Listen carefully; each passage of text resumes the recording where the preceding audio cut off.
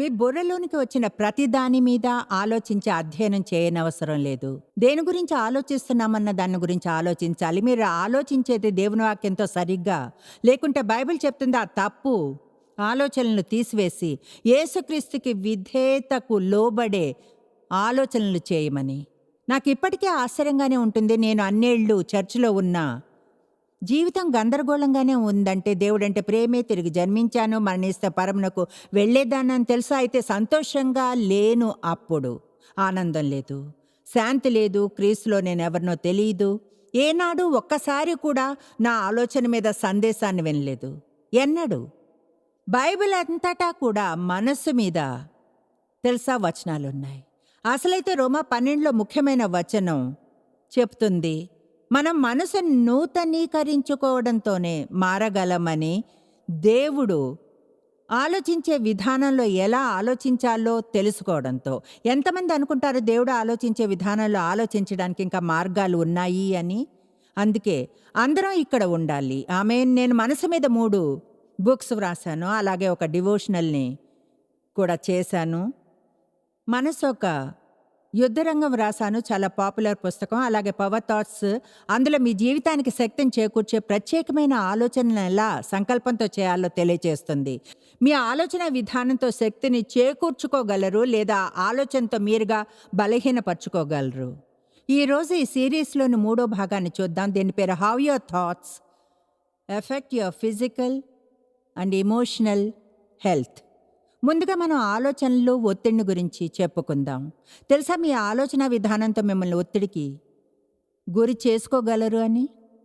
మీరు అనవచ్చు, లేదు అది నా పరిస్థితుల వల్లనే. కాదు, అది మీ పరిస్థితులను గురించి ఆలోచించే విధానమే.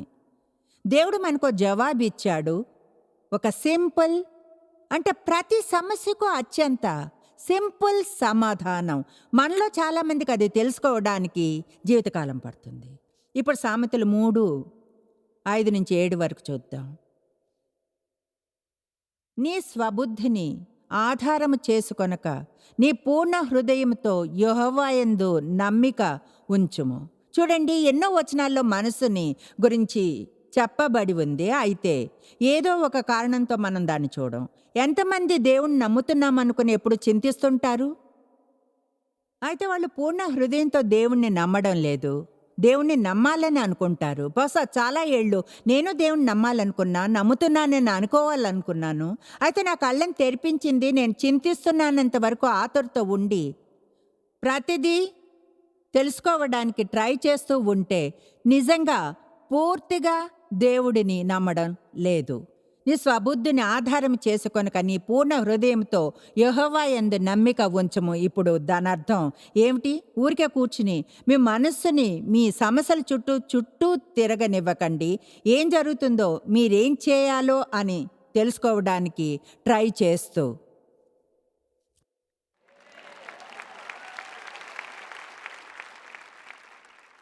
ఎందుకు దేవా, ఎందుకు? నాకు అసలు ఎప్పుడు దేవా, ఎప్పుడు? నాకు అసలు అర్థం కావడం లేదు దేవా, ఇలా నాకెందుకు జరుగుతుందో? దేవుని విశ్వాసంతో అడగండి. నేను ఇక్కడ ఏదైనా చూడాలని నువ్వు అనుకుంటే చూపించు. నేను చూడ్డానికి సిద్ధంగా లేనిది ఏదైనా ఉంటే నాకు అది చూపించుకో. సమస్య ఉన్నప్పుడు మనం ఒకటి చేయగలం, అదే ప్రార్థించి దేవుణ్ణి నమ్మడం. ఇప్పుడు నాకు తెలుసు అది చేయడం కంటే చెప్పడం ఈజీ అని. ఎన్నో ఏళ్ళు డేవ్ చెప్పారు, నీ భారాన్ని ఆయన మీద వేసి దేవుణ్ణి నమ్మవెందుకు? నీ భారాన్ని ఆయన మీద వేసి ఆయన నమ్మొచ్చుగా. నాకు అలా ఉండేది, అయితే చేయలేను. ఎందుకంటే ఏం బోధించబోతున్నానో నాకే అర్థం కాలేదు. కొంతమందికి కొందరికంటే వేరే కొందరికి ఈజీగా ఉంటుంది. అయితే మనలో ఎక్కువ మందికి అది పెద్ద సవాలుగానే ఉంటుంది. తర్వాత వచనం చెప్తుంది, నీ పూర్ణ హృదయముతో యెహోవా యందు నమ్మకముంచుము, నీ ప్రవర్తన అంతటి యందు ఆయన అధికారమును ఒప్పుకొనుము. అప్పుడు ఆయన నీ త్రోవలను సరళము చేయును. తరువాత వచనం నిజంగా నాకెంతో ఇష్టం. నేను జ్ఞాని కదా అని నీవు అనుకోవద్దు. తెలుసా, జీవితాలు నడిపించేంత తెలివి మనకు లేదు. ఇన్సల్ట్ చేయడం లేదు, అయితే లేదు మనకు. ఈ పరిచర్యను కొనసాగించేంత తెలివి నాకు లేదు. మొన్నొక రోజున గుర్తించాను. బైబిల్ చెప్తుంది దేవుడు ప్రపంచంలోని ప్రతిదాన్ని ఆయన వాక్యపు శక్తితో ఉంచుతాడని. దాని గురించి ఆలోచించండి. ప్రపంచంలో అంతా కూడా క్రమంగా దాని చోట్ల అది ఉంది అంటే దేవుడు అలా ఉండమని చెప్పినందునే. కనుక దాని గురించి ఇలా అనుకున్నాను. ఓకే, ఒకవేళ ఇదే దేవుడైతే ఒక్క సెకండ్ ఇప్పుడు మా పరిచర్యలోని ప్రతిదీ నాకు కావలసిన బోధనంతా, బోధించాల్సినదంతా, అలాగే టీవీ, రేడియో, డబ్బు, ఇంకా డబ్బు, మాకు కావాల్సిన ఎంప్లాయీలందరూ ఫలానా ఫలానా ఫలానా, ప్రపంచవ్యాప్తంగా 18 ఆఫీసులు, 8 మంది ఎంప్లాయీలు, బిల్డింగులు, ఫలానా అది. దేవుడు గాని ఒకవేళ బుప్ అయితే అయితే అంతా చిన్న భిన్నమే. మాలో ఎవరైనా దాన్ని పైకి లేపి ఉంచగలిగే, దాన్ని నడిపే తెలివి ఎవరికుంది? అయితే ఎల్లప్పుడూ మేము ఒత్తిడిలో ఉండకుండా, ఒత్తిడితో కలిగే ఆరోగ్య సమస్యలేవి రాకుండా ఉండేలా ఒక మార్గాన్ని దేవుడు ఏర్పాటు చేశాడు, కేవలం ఆయన్ని నమ్మడంతో. హెబ్రీ 4:3-10. కాగా జగత్ పునాది వేయబడినప్పుడే ఆయన కార్యములన్నీయు సంపూర్తి అయి ఉన్నను, ఈ విశ్రాంతిని గూర్చి నేను కోపముతో ప్రమాణము చేసినట్టు వారు నా విశ్రాంతిలో ప్రవేశింపరు అని ఆయన చెప్పిన మాట అనుసరించి విశ్వాసులమైన మనము ఆ విశ్రాంతిలో ప్రవేశించుచున్నాము. ఇప్పుడు నమ్మకానికి, విశ్వాసానికి సంబంధం ఉంది, అయితే మన ఆలోచనతోనూ సంబంధం ఉంది. నేను గాని దేవుడు దీని మీద ఉన్నాడని, దీన్ని కేర్ తీసుకుంటాడని ఆలోచించుకుంటే నిజంగా దేవుణ్ణి నేను నమ్మడం లేదు. దాని సంకల్పంతో ఆలోచించగలను. ఆ ఆలోచన నా మనసులోకి వచ్చే వరకు వెయిట్ చేయనవసరం లేదు, ఆలోచించగలను. నా జీవితంలో అది ఎలా కనిపించినా సరే దేవుడు కార్యం చేస్తున్నాడని నమ్ముతాను. ఇలా చెప్పడం నాకెంతో ఇష్టం. అదెలా కనిపించినా నాకు అనవసరం, దేవుడు క్రియ చేస్తున్నాడని నమ్ముతాను. తెలుసా, మీకు సడన్గా పదోన్నతి కలిగినప్పుడు దాని అర్థం ఆ నిమిషంలో ఆ పరిస్థితి మీద దేవుడు సడన్గా కార్యం చేయాలని నిర్ణయించుకున్నాడని కాదు. అంతవరకు ఆయన చేస్తూనే ఉన్నాడు.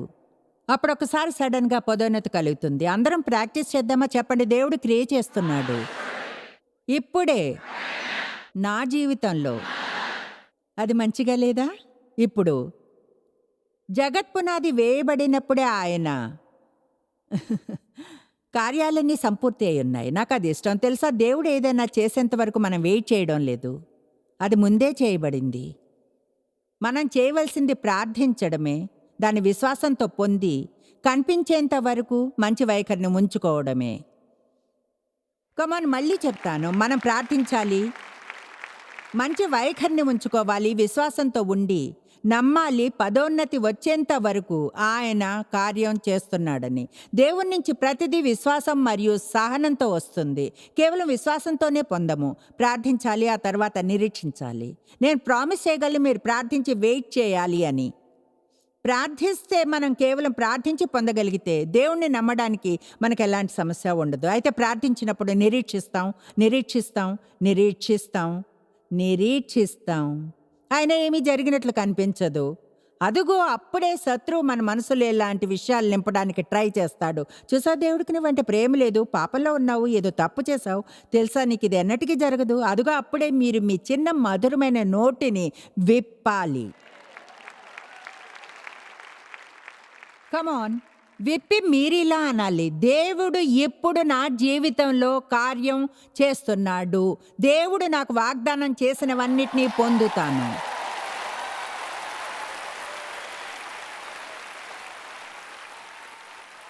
దేవుణ్ణి నమ్మడం వల్ల మనం విశ్రాంతిలోనికి వెళతాం. తెలుసా, విశ్రాంతి అంటే పనిని ఆపడం కాదు, పని చేస్తూ విశ్రాంతిని తీసుకోవడం. ఎవరు అన్నారు మీరు బోధించేప్పుడు రిలాక్స్డ్గా ఉంటారని? అవును, నిజమే. ఎందుకంటే పని చేస్తున్నాను, అయితే పని చేస్తున్నప్పుడు దేవుని విశ్రాంతిలో ఉంటాను. నా నోటి నుంచి తర్వాత వచ్చే ప్రతి పదం కోసం ఆయన్ని నమ్ముతాను. అవును, అధ్యయనం చేసి సిద్ధంగా ఉన్నాను, ఎంతో శ్రమ పడ్డాను, ఎన్నోసార్లు విషయాలను మళ్ళీ మళ్ళీ చదివాను. అయితే తర్వాత నోటి నుంచి చెప్పడానికి ఏమొస్తుందో తెలీదు. అందుకే దేవుణ్ణి నేను నమ్ముతాను. సహాయం కొరకు దేవుణ్ణి నమ్ముతాను. ప్రజలు వస్తారని నమ్ముతా. రక్షణ కొరకు కానుకలు బాగా ఉండాలని, మనం చేసే ప్రతి దానికి దేవుణ్ణి గాని నమ్మితే మనం విశ్రాంతిలో చేయగలం.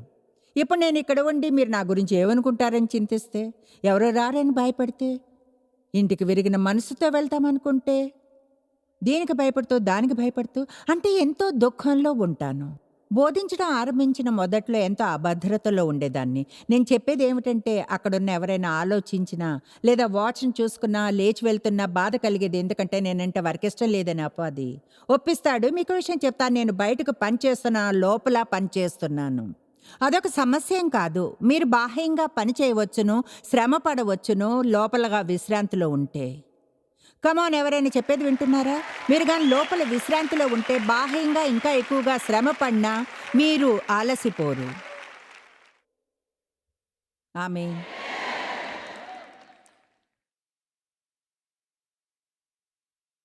దేవుణ్ణి నమ్మడం. దీని గురించి ఆలోచించాను. ప్రపంచంలో గొప్పగా ఒత్తిడిని తగ్గించేది ఇలా అనడమే. నీకు తెలుసా దేవా, ఈ పరిస్థితిని గురించి నాకేం చేయాలో తెలీదు. నేను ఏదైనా చేయాలని నువ్వు అనుకుంటే చూపించు. నువ్వు నాకేమీ చూపించుకుంటే నేనుగా ఎలా సాల్వ్ చేయాలో తెలియని దాన్ని చేయడానికి శరీర కార్యాల్లోకి దిగను. నేను ముందుకు సాగి నువ్వు సమస్య మీద కార్యం చేస్తుండగా జీవితాన్ని ఆనందిస్తాను. ఇప్పుడు తెలుసా, ఒకవేళ నేను క్యాప్సిల్స్లో నమ్మకాన్ని ఉంచి దాన్నొక ప్రిస్క్రిప్షన్లా అమ్మాలనుకుంటే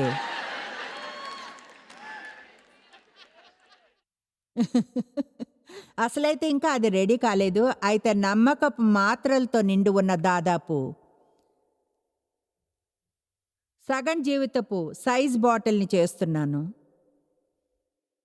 ఆ ప్రిస్క్రిప్షన్లో ఇలా ఉంటుంది: అవసరమైనప్పుడంతా తీసుకోండి. ఈ మందుకి ఓవర్డోస్ అనేది ఉండదు. సైడ్ ఎఫెక్ట్లు ఆనందం, శాంతి, సమాధానం, నీతి.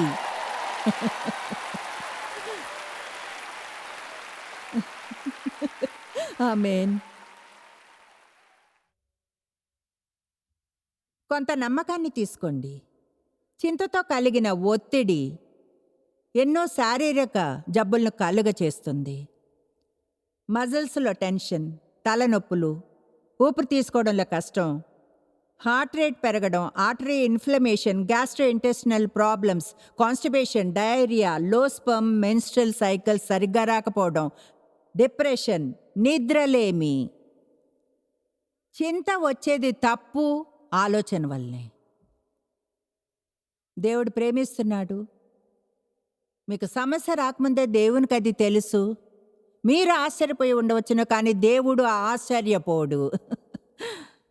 మీ పదోన్నతికి, మీ విడుదలకు ఆయన వద్ద ముందే ఒక ప్లాన్ ఉంది. మీరు చేసేదంతా దాన్ని పట్టించుకోకుండా, వెయిట్ చేయకుండా ఉన్నారు. నేను చెప్పాలనుకునే పాయింట్, నేను చేసిన తప్పే మీరు చేయకూడదని. నిరీక్షించే క్రమంలో మీరు దుఃఖంలోనే ఉండనవసరం లేదు. కేవలం పదోన్నతులు కలిగినప్పుడే సంతోషించాలని. అలా చేయడం బుద్ధిహీనత. ఇప్పుడు మీరు కోరుకునేది పొందగానే ఎక్కువ సమయం పట్టదు మీ జీవితంలో ఇంకొకటి కోరుకోవడానికి. అప్పుడు మళ్ళీ మీరు అదే క్రమంలోకి వెళ్ళిపోతారు. నేను నిజం చెప్తున్నానా? మీకు విషయం తెలుసా? దేవునితో మన ప్రయాణం ఎక్కువ సమయం అందులో ఉంటే నిజంగా మిమ్మల్ని మార్చుతుంది. సమయం గడిచే కొలది మీరు పొందే లాభాల్లో ఒకటి, మీరు ఏమీ చేయలేని వాటిని గురించి చింతించడం పూర్తిగా వ్యర్థమని తెలుసుకోవడం. ఎలానో ఆరంభిస్తారు. నిజంగా నేను అనుకోలేదు మనం ఎప్పుడైనా సరే ఎవరినైనా చింతించకుండా ఆపగలిగే ప్రసంగాన్ని బోధించగలమని. వాళ్ళు చాలా కాలం తమను తాము బాగా బాధ పెట్టుకోనంత వరకు, తాముగా ప్రకటన పొందనంత వరకు, అది ఈజీ చైర్లో కూర్చొని రోజంతా ఊగడం లాంటిదే. బిజీగా ఉంచుతుంది, ఎక్కడికి తీసుకెళ్ళదు, అభివృద్ధి ఉండదు. ఎలాంటి ప్రతికూలమైన లేదా అదైవికమైన ఆలోచన అయినా సరే మనల్ని పీల్చివేస్తుంది. ఈరోజు మనం శక్తిని పీల్చివేసే ఆలోచనలను శక్తిని కలిగించే వాటిని గురించి మాట్లాడుకుందాం. ఎందుకంటే మనం అలసిపోయి ఉన్నాం. అలసిపోయి ఉన్నాం అంతే. ఈ రోజు గాని అడిగితే మీలో ఎంతమందికి దైనందిక జీవనానికి కావాల్సిన శక్తి లేదు అని ఎన్ని చేతులు పైకి లేస్తాయి? Oh my gosh! బాయ్! తెలుసా, నా వయసుకి ఒక ఛాన్స్ ఉంది. మీలో కొంతమంది 20, 30, 40 ఏళ్ల వాళ్ళకంటే నేనే బాగా ఫీల్ అవుతూ ఉన్నాను. అదేదో నేను లక్కీ అని కాదు. ఎక్కువగా మన లోపల జరిగే దాని నుంచే మనకు శక్తి వస్తుంది. ఎక్కువగా మన శక్తిని కోల్పోవడం కూడా మన లోపల జరిగేదాని వల్లనే. నా భర్త ఆశ్చర్యపోయేంత ఆరోగ్యంగా ఉంటారు.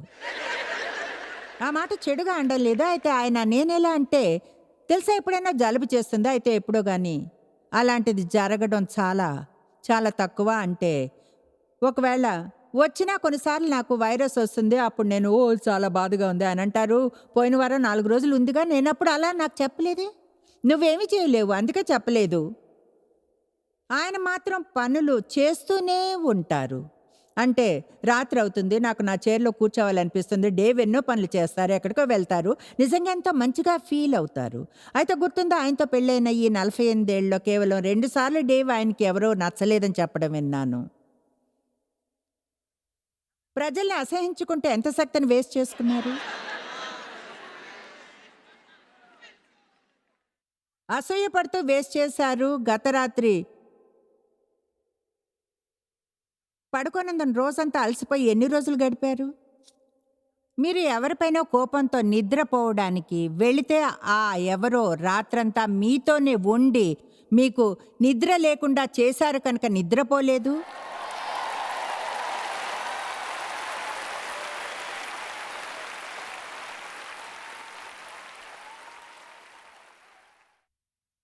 నేను గతంలో చెప్పలేని ఎన్ని రాత్రులు దేవునికి స్తుతులు. గతంలో చాలా కాలం క్రితం తెలుసా, నేను మంచం చివరన పడుకునేదాన్ని. డేవ్ మీద కోపంతో పడుకోవడం వల్ల నేను ఆయన్ని ముట్టుకోకూడదు అనుకున్నాను. నేను మిమ్మల్ని ముట్టుకోను. ఏదో రాజీ పడ్డానికి ప్రేమగా ముద్దు పెడతానని అనుకోకండి. ఈ రాత్రికి అది పనిచేయదు. మీ మీద కోపంగా ఉంది. ఎన్ని రాత్రుళ్ళు అలాగే చలిలో పడుకున్నాను. దుప్పటంతా ఆయన కప్పుకున్నందున, దుప్పటి ఇవ్వమని ఆయన్ని అడగవద్దనుకున్నందున. నేను మిమ్మల్ని ఏమీ అడగను.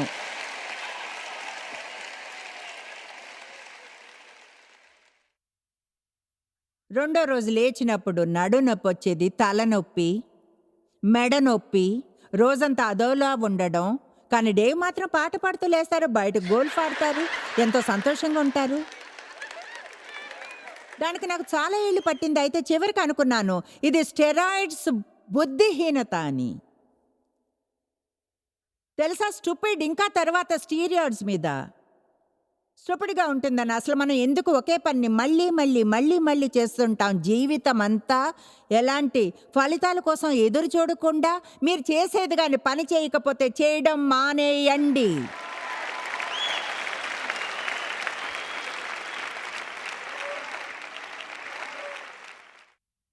ప్రజల్ని గురించిన గంభీరమైన ఆలోచనలు శక్తిని పీల్చివేస్తాయి. అతిగా ఆలోచించిన శక్తి పోతుంది.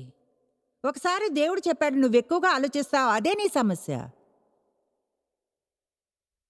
అనుమానం, అసూయ, పగ, ద్వేషం, ఆగ్రహం, అసహించుకునే ఆలోచనలు. మీ శక్తిని కానీ పెంచుకోవాలనుకుంటే మీ ఆలోచనను బాగు చేసుకోండి. ఇప్పుడు అదంతా ఆలోచనలు అని చెప్పడం లేదు. నిజమే, శారీరకంగా ఏదైనా లోపం ఉండవచ్చు. తర్వాత వేరే విషయాల గురించి మాట్లాడుకుందాం. సరిగ్గా తినడం లేదేమో, దానివల్ల చెడుగా ఫీల్ అవుతున్నారేమో. అయితే ఎక్కువగా అది చెప్పాలంటే ఇలా చెప్తే సేఫ్గా ఉంటుంది. మీరు మిగతా అన్నీ సరిగ్గా చేస్తున్నారా? అయితే లోపల మాత్రం మీరు అన్ని తప్పులు చేస్తుంటే, పగ, అసహ్యం, నీచమైన పనులు, మీరేం చేసినా నాకు అనవసరం, మీరు అప్పటికీ లౌజుగానే ఉంటారు. ఆమేన్. యోహాను 14:27. చూడు, నేనేం చేయలేను. నాకు కోపం తెప్పించే వాళ్ళు చాలామంది ఉన్నారు. నాకెన్నో సమస్యలున్నాయి. మీరక్కడ నిల్చొని నన్ను సంతోషంగా ఉండమని చెప్పకండి నా సమస్యలు మీకుంటే. మీకు తెలీదు నాకు ఎలాంటి సమస్యలుండేవో మీకసలు తెలీదు. నేనేదో ఇక్కడ నిల్చొని బోధిస్తుంటే దాని అర్థం ఏమీ జరగడం లేదని కాదు. ఆమేన్. 3.5 నెలల క్రితం నా పూర్తి రైట్ హిప్‌ని రీప్లేస్ చేశారు. వాళ్ళు సగానికి బయటకి తీసివేసి కొత్తది పెట్టారు. ఇప్పుడు ఇదిగో ఇలా ఉన్నాను.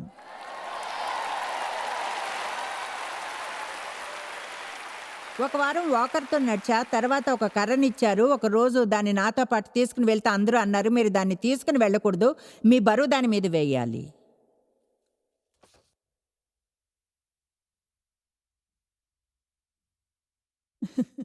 అయితే తెలుసా, నేను బాగవ్వడానికి ఉన్న కారణాలు ఒకటి బహుశా నంబర్ 1 వాళ్ళు నన్ను చేయమన్న ప్రతిదీ చేశాను. అయితే రెండవది మంచి వైఖరి నుంచుకున్నాను. ఆ సమయంలో నేను చాలా ఎక్కువగా నవ్వాను. బహుశా నవ్వడం వల్లనే నేను త్వరగా స్వస్థతను పొందాననుకుంటా. మీ జీవితంలో జరిగే ప్రతిదాని గురించి చెడు వైఖరిని తెచ్చుకోకండి. జరిగే మంచి విషయాలకు కృతజ్ఞతగా ఉండి వేరే విషయాల్లో దేవుని సహాయం చేయమని నమ్మండి. శాంతినిచ్చి వెళుతున్నాను. యోహాను 14:27. నా శాంతి మీకు అనుగ్రహించి వెళుతున్నాను. ఎప్పుడైనా ఎవరైనా మీకేమైనా ఇచ్చి వెళ్తే దాని అర్థం వాళ్ళు తమ చిత్తంలో వదిలి వెళ్తున్నారు. యేసు అన్నాడు, చూడండి, నా శాంతిని మీకు అనుగ్రహించి వెళ్ళుచున్నాను. లోకమిచ్చినట్టుగా నేను మీకు అనుగ్రహించటలేదు.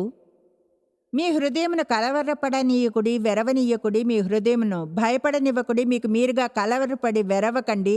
అలాగే మీకు మీరుగా భయపడుతూ సిగ్గుపడుతూ పిరికివారిగా అస్థిరంగా ఉండకండి. నాకు బాధ్యత ఉంది. దేవుడు అంటాడు, చూడు, నీకు శాంతినిచ్చాను. మీ జీవితంలో క్రీస్తుగానుంటే అప్పుడు మీ లోపల పరిశుద్ధాత్మ నివసిస్తున్నాడు. మీ లోపల ఆత్మఫలం అంతా ఉంటుంది. ప్రేమ, ఆనందం, శాంతి. చెప్పండి, నాకు శాంతి ఉంది. మీకు శాంతినివ్వమని దేవుని ప్రార్థిస్తూ ఉండనక్కర్లేదు. మీకున్న శాంతిని యూజ్ చేయడానికి దేవుడు మంచి జ్ఞానాన్ని ఇవ్వాలని ప్రార్థించాలి. అంటే అది నిజం. చాలాసార్లు బహుశా మనకు ముందే ఉన్న వాటి కొరకు అడుగుతూ మనల్ని మనమే అలసిపోయేలా చేసుకుంటాం. ఫిలిప్పీ 4:6-7 అంటే ఇష్టం. దీని గురించి రోజు ఆలోచిస్తా. దేన్ని గురించి చింతపడకుడు, కానీ ప్రతి విషయంలోనూ ప్రార్థన విన్నపములు దేవునికి తెలియచేయడి.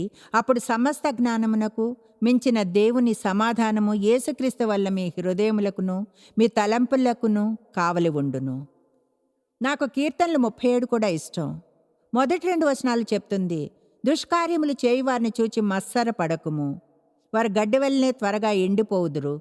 ఒకరోజు దాన్ని చదువుతుంటే అనిపించింది, లోకంలో జరిగే ప్రతిదాని గురించి మనం ఎందుకంత అప్సెట్ అవ్వాలి అని. దాని అర్థం మనం చేసేదాన్ని మనం పట్టించుకోకూడదని కాదు. నీతి కోసం నిలబడ్డానికి మనం బాధ్యత తీసుకోవాలి. అయితే నేను నా సమయాన్ని మిగతా వారందరూ చేసే ప్రతిదానికి అప్సెట్ అవుతూ గడపను. ఏది మంచి అని నాకు తెలుసు అదే చేస్తూ బూర ఊదే సమయానికి సిద్ధంగా ఉంటాను.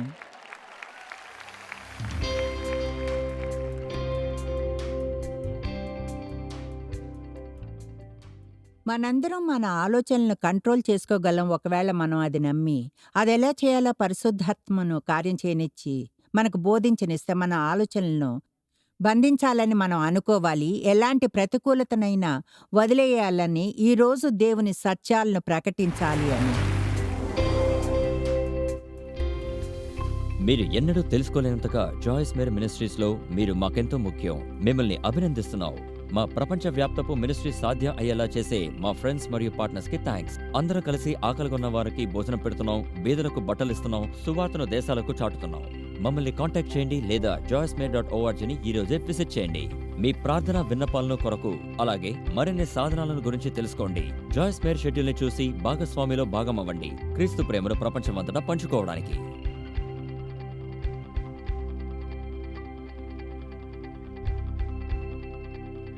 ఈ ప్రోగ్రాం జాయిస్ మేరీ మినిస్ట్రీస్ పార్ట్నర్స్ మరియు ఫ్రెండ్స్ ద్వారా స్పాన్సర్ చేయబడింది.